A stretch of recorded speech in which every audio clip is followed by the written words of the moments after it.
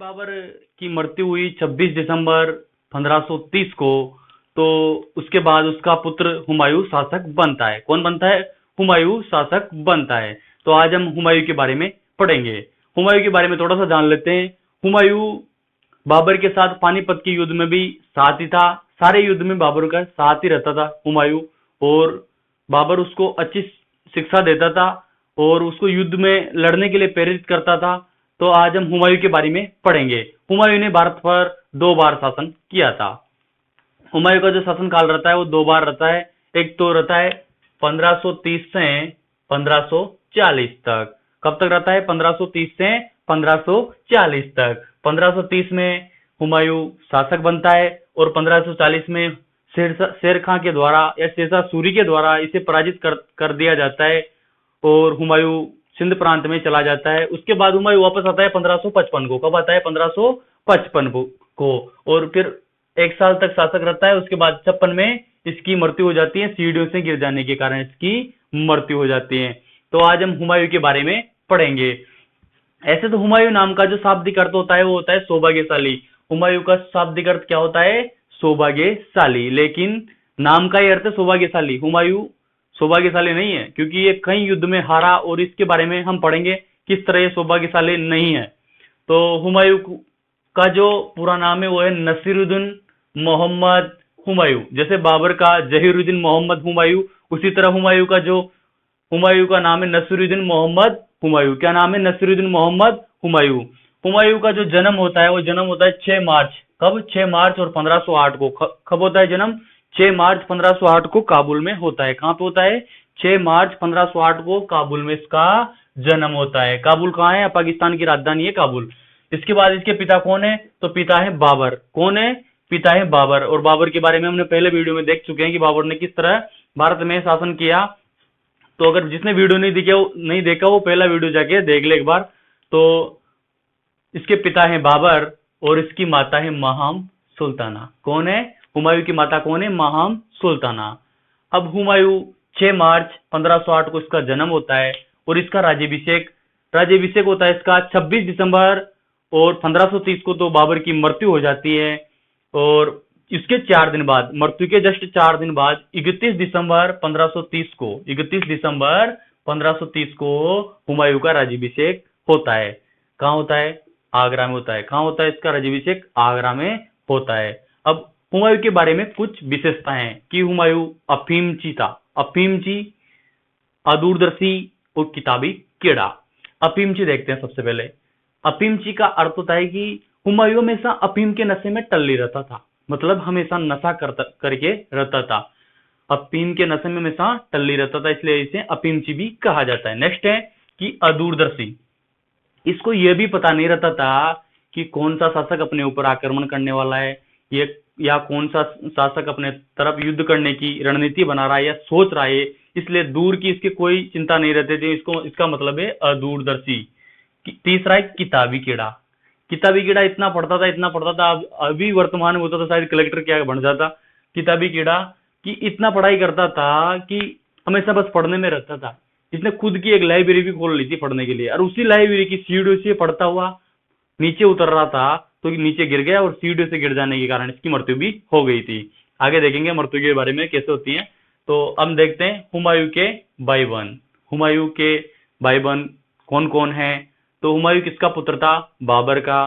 तो बाबर के 4 पुत्र थे। कितने पुत्र थे? 4 पुत्र और 1 पुत्री थी। सबसे पहले होता है हुमायूं, नेक्स्ट है कामरान अस्करी, और तीसरा है हिंदाल। पहला हुमायूं, दूसरा कामरान और अस्करी, और चौथा हिंदाल। और एक पुत्री थी, पुत्री का नाम क्या था? गुलबदन बेगम। अब सबसे पहले हुमायूं, उसके बाद कामरान और अस्करी। कामरान अस्करी की जो माता का नाम है वो है गुलरुख बेगम। क्या नाम है? गुलरुख बेगम। हिंदाल की माता का नाम है दिलदार बेगम। क्या नाम है? दिलदार बेगम। हिंदाल की माता का नाम क्या है? दिलदार बेगम। नेक्स्ट है पुत्री का नाम है गुलबदन बेगम। क्या नाम है? गुलबदन बेगम। इस गुलबदन बेगम के द्वारा हुमायूंनामा की रचना की गई थी। किसकी रचना की गई थी? हुमायूंनामा की रचना की गई थी।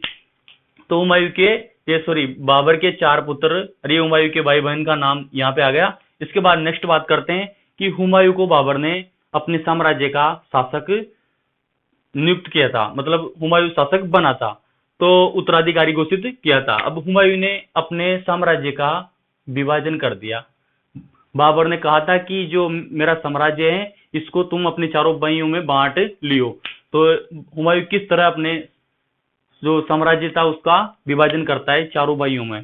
तो हुमायूं ने जो साम्राज्य रखा वो था आगरा और दिल्ली। हुमायूं का कहाँ था? आगरा और दिल्ली। और इसका एक भाई था कामरान। कामरान का जो शासक जो साम्राज्य था वो था काबुल और कंधार। कामरान और क से काबुल और कंधार, कामरान क से काबुल कंधार। कई बार एग्जाम में पूछा जाता है कि इनकी चारों भाइयों का कामरान का साम्राज्य कहाँ था, तो आप ऐसे याद कर सकते हो जैसे कामरान तो काबुल और कंधार। तो हुमायूं का तीसरा जो भाई था उसका नाम है अस्करी।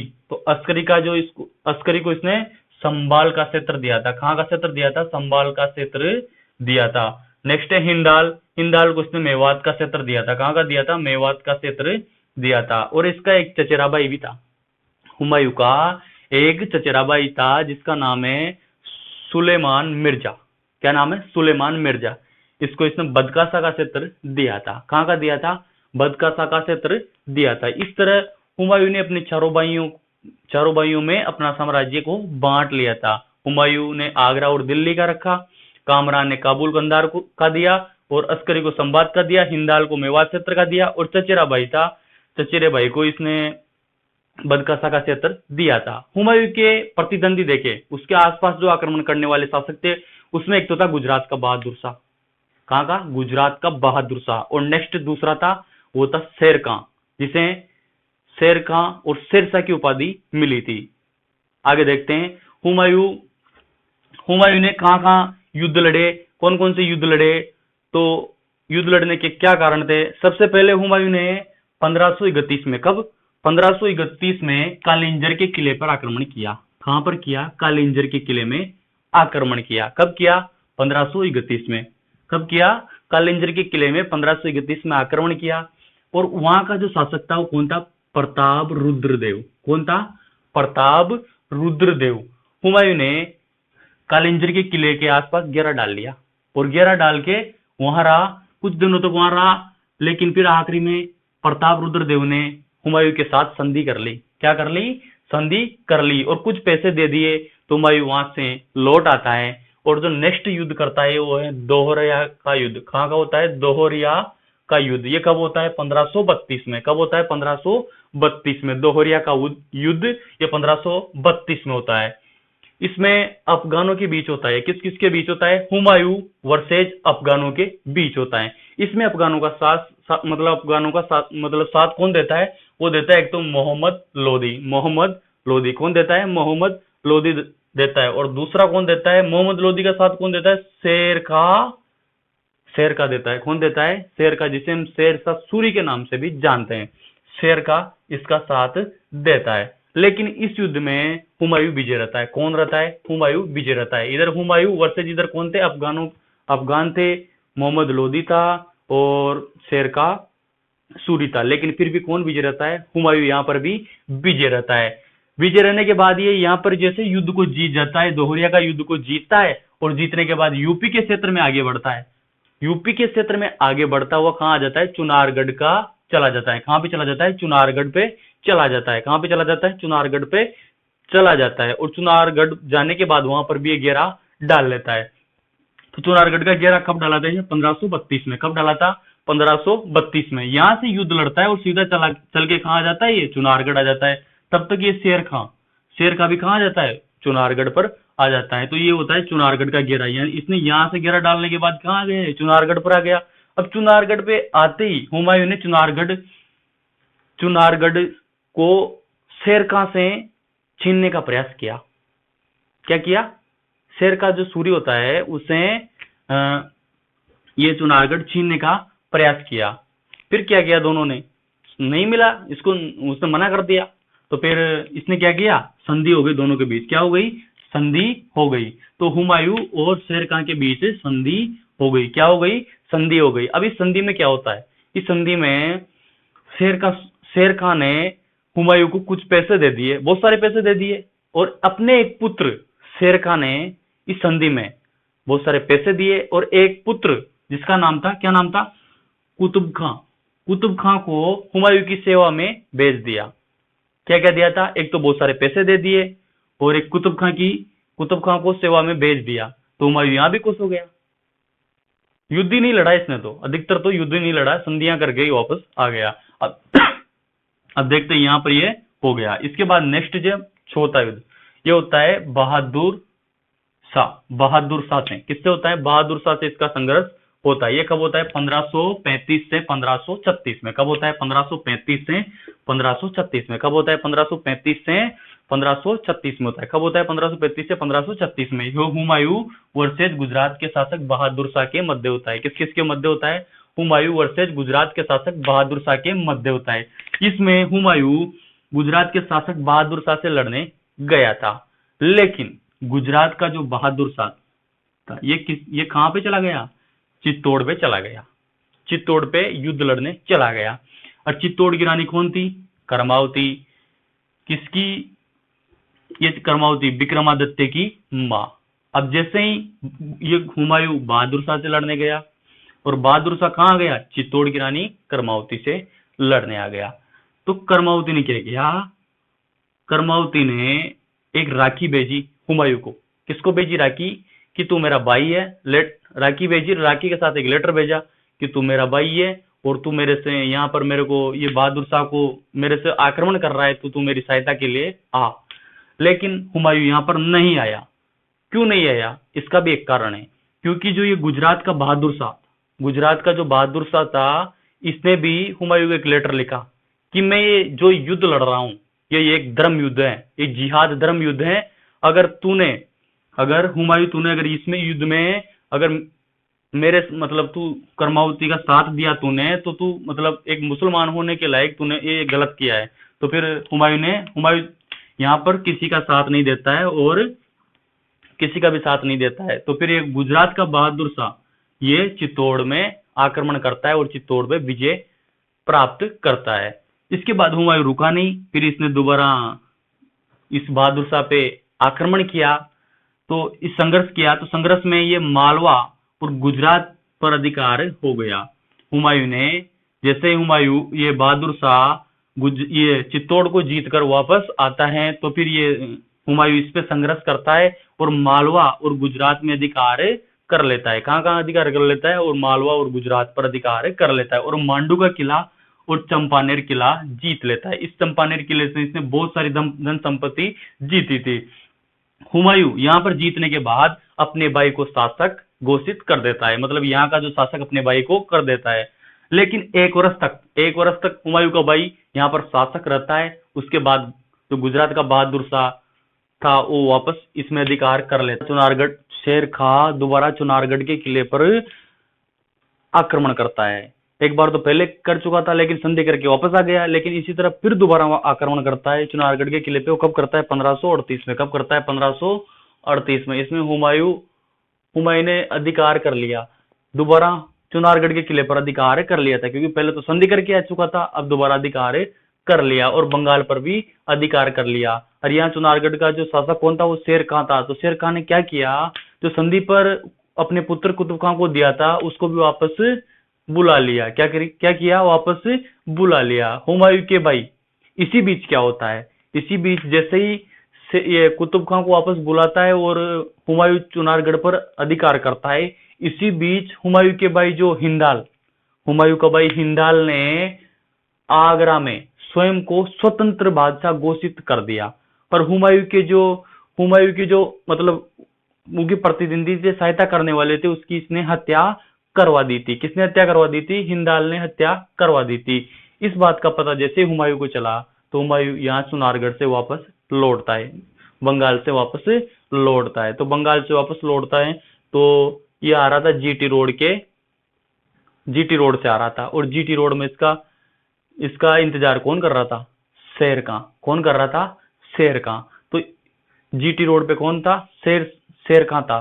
कौन था, शेर खां था। अरे कहां पे कर रहा था, चौसा नामक स्थान पर इसका इंतजार कर रहा था। तो इन दोनों के बीच में युद्ध होता है। ये कहाँ होता है? शेर खां वर्सेज हुमायूं के बीच में युद्ध होता है। और ये युद्ध होता है, ये होता है गंगा नदी की जो सहायक नदी थी कर्मनासा। कौन सी थी? कर्मनासा। ये गंगा नदी है अपनी, तो गंगा की एक सहायक नदी है कर्मनासा, इसके किनारे पर ये युद्ध होता है। तो इसमें शेर खां वर्सेज हुमायूं के बीच ये युद्ध होता है। तो इसमें शेर का विजय हो जाता है और हुमायूं की इस युद्ध में हार होती है। क्या होती है? हार होती है। और हुमायूं की हार होती है, तो हुमायूं इस युद्ध में हारने के बाद घोड़े से भाग रहा था। तो भागते हुए ये गंगा की, ये गंगा है तो इसकी सहायक नदी कर्मनासा, इस नदी में कूद जाता है और अपनी जान बचाता है। इस नदी में जैसे कूदा तो वहीं एक व्यक्ति था, निजाम बिस्ती नामक व्यक्ति था, नाविक था, नाव चलाने वाला निजाम बस्ती नामक व्यक्ति ने इसकी जान बचाई थी। किसकी जान बचाई थी? हुमायूं जैसे ही उस नदी में कूदा, युद्ध से हार कर भाग रहा था, तो जैसे ही इस नदी में कूदा तो इसके एक निजाम बिस्ती नामक व्यक्ति ने इसकी जान बचाई थी। तो निजाम बिस्ती ने इसकी जान बचाई और इसको बाहर निकाला। तो हुमायूं ने कहा कि बताओ अब तुझे क्या मांगना है, तुमने मेरी जान बचाई है तो क्या मांगना है तुम्हें? तो जैसे निजाम बिस्ती ने कहा कि मुझे एक दिन का बादशाह बना दो, तो निजाम बिस्ती को हुमायूं ने एक दिन का बादशाह बनाया था। तो निजाम बस्ती के कहने पर एक दिन के बादशाह ने, निजाम बस्ती ने एक दिन के बादशाह जो बना था उसने चमड़े के सिक्के चलाए थे। क्या कहे थे? चमड़े के सिक्के चलाए थे। हुमायूं यहां से हार गया। हारने के बाद हुमायूं एक वर्ष बाद फिर वापस से आता है और फिर जो युद्ध होता है वो होता है बिलग्राम या कन्नौज का युद्ध। कौन सा युद्ध होता है? बिलग्राम या कन्नौज का युद्ध होता है। ये युद्ध चौसा का युद्ध हुमायूं हार जाता है और यहाँ पर शेर का विजय रहता है। तो शेर खां ने इस युद्ध को जीतने के बाद शेरशाह की उपाधि धारण की थी। कौन सी उपाधि धारण की थी? शेरशाह की उपाधि धारण की थी। यहाँ से हुमायूं भाग जाता है और भागने के बाद बिलग्राम या कन्नौज का युद्ध होता है। एक वर्ष बाद हुमायूं वापस आता है इस युद्ध को लड़ने के लिए। ये शेरशाह वर्सेज हुमायूं के बीच होता है। इस युद्ध में भी शेरशाह विजय रहता है और हुमायूं इस युद्ध में भी हार जाता है। अब तो 2 बार हार चुका हुमायूं, तो आखिरी में ये भारत छोड़ने पे मजबूर हो जाता है और सिंध प्रांत पर चला जाता है। जैसे ये भारत छोड़कर चला जाता है और हुमायूं इस युद्ध में हारने के बाद भारत को पूरी तरह छोड़ देता है और ये चला जाता है। और 1541 में जो हिंदाल के गुरु थे शेर अख्तर अली, उसकी एक पुत्री थी हमीदा बानो। तो 1541 में हुमायूं हिंदाल के गुरु शेर अख्तर अली की पुत्री हमीदा बानो से विवाह कर लेता है। 1541 में शेर अख्तर अली की पुत्री हमीदा बानो से विवाह किया और 1542 में अकबर का जन्म होता है। किसका जन्म होता है? अकबर का जन्म होता है। ठीक है, ये अकबर का जन्म हो गया। अकबर के जन्म के बाद जैसे ही 1544 में, अब ये वहां पे रहता है, कहां पे रहता है? सिंध प्रांत पे रहता है। तो वहां से ही अपने भाइयों को संदेश भेज रहा था। तो इसके भाइयों से इसका संघर्ष चला वहां से ही। तो वहां से इसको ईरान के शासक तासफ ने हुमायूं को शरण दी। तो ये वापस अपने भाइयों से संघर्ष करता है और काबुल और कंधार पर विजय प्राप्त कर लेता है। तो इस तरह इनके भाइयों पर संघर्ष चला और इनके भाइयों की तो 1555 से पहले ही मौत हो गई थी या मृत्यु हो गई थी। इसके बाद हुमायूं वापस बोलन दर्रे से वापस भारत आ रहा है। दोबारा शासन काल होगा इसका 1555 से 1556। एक बार तो चला गया यहाँ से शासन काल करके, फिर दोबारा आ रहा है वापस भारत में। तो हुमायूं बोलन दर्रे से अब पाकिस्तान होते हुए भारत आया था। कई बार एग्जाम में पूछा जाता है कि हुमायूं किस रास्ते से भारत आया था। तो हुमायूं बोलन दर्रे से पाकिस्तान होते हुए भारत आया था। और 1555 में, कब? 1555 में सरहिंद वो मच्छीवाड़ा के युद्ध में सिकंदर सूर को पराजित किया इसने। सरहिंद वो मच्छीवाड़ा के युद्ध में 2 बार युद्ध हुआ था, इसमें इसने सिकंदर सूर को पराजित किया और दिल्ली पर वापस अधिकार कर लिया था। तो हुमायूं ऐसा महान शासक था, कैसा भी मान लो आप, जिसने 2 बार शासक किया था। कितनी बार शासक किया था? 2 बार शासन किया था। 1533 में हुमायूं ने दिल्ली में दीन ए पनाह नामक नगर बसाया था। क्या बसाया था? दीन ए पनाह नामक नगर बसाया था और एक पुस्तकालय की स्थापना की थी। 1533 में हुमायूं ने दीन ए पनाह नामक नगर बसाया था और एक पुस्तकालय की स्थापना की थी। किसकी स्थापना की थी? पुस्तकालय की स्थापना की थी। क्योंकि मैंने बताया था ना, किताबी कीड़ा हमेशा पढ़ाई का इतना शौकीन था कि इसने खुद की एक पुस्तकालय या लाइब्रेरी खोल ली। तो उसी लाइब्रेरी की पीढ़ी से फिर भी किताब पढ़ते हुए नीचे उतर रहा था। इतना पढ़ाई का शौकीन की किताब पढ़ते पढ़ते नीचे उतर रहा था। तो उसी लाइब्रेरी की सीढ़ियों से गिरकर इसकी मौत हो गई थी या मृत्यु हो गई थी। मृत्यु कब हुई थी? 26 जनवरी 1556 को। कब हुई थी? 26 जनवरी 1556 को, मतलब दोबारा वापस इसने 1 साल ही शासन किया था। लड़खड़ाता हुआ इसकी मृत्यु हो गई। तो इतिहासकार लेन पोल ने क्या कहा है? इतिहासकार लेन पोल ने कहा है कि हुमायूं जीवन भर लड़खड़ाता रहा और लड़खड़ाते हुए इसकी मौत हो गई। जीवन भर लड़खड़ाते रहा और लड़खड़ाते हुए इसकी मौत हो गई। हुमायूं ज्योतिष में अत्यधिक विश्वास किया करता था। हुमायूं ज्योतिष में अत्यधिक विश्वास किया करता था और सप्ताह के सातों दिन अलग अलग रंग के कपड़े पहन के दरबार में जाता था। तो इस तरह हमने हुमायूं के बारे में पढ़ा था कि हुमायूं ने किस तरह शासन किया। इसके पिता का नाम बाबर था। अब जो नेक्स्ट पढ़ेंगे हम शेरशाह सूरी के बारे में पढ़ेंगे। किसके बारे में पढ़ेंगे? शेरशाह सूरी के बारे में पढ़ेंगे, फिर अकबर के बारे में, क्योंकि ये मुगल वंश में शेरशाह सूरी एक शासक था जो बीच में घुसा था। तो हम शेरशाह सूरी के बारे में पढ़ेंगे। भाइयों डेली वीडियो आ रही है, आपको मुगल वंश आपका पूरा कंप्लीट कराया जाएगा और टॉपिक वाइज इंपोर्टेंट क्वेश्चन बताए जा रहे हैं, आपको शॉर्ट ट्रिक से बताया जा रहा है। तो आपको वीडियो अच्छा लगे तो शेयर करें, सब्सक्राइब करें और लाल बटन को जरूर दबा दे भाइयों। यार सपोर्ट करोगे, आपके सपोर्ट से हम आगे बढ़ सकते हैं। तो प्लीज सब भाई सब्सक्राइब करें और शेयर जरूर कर दे। थैंक यू भाइयों।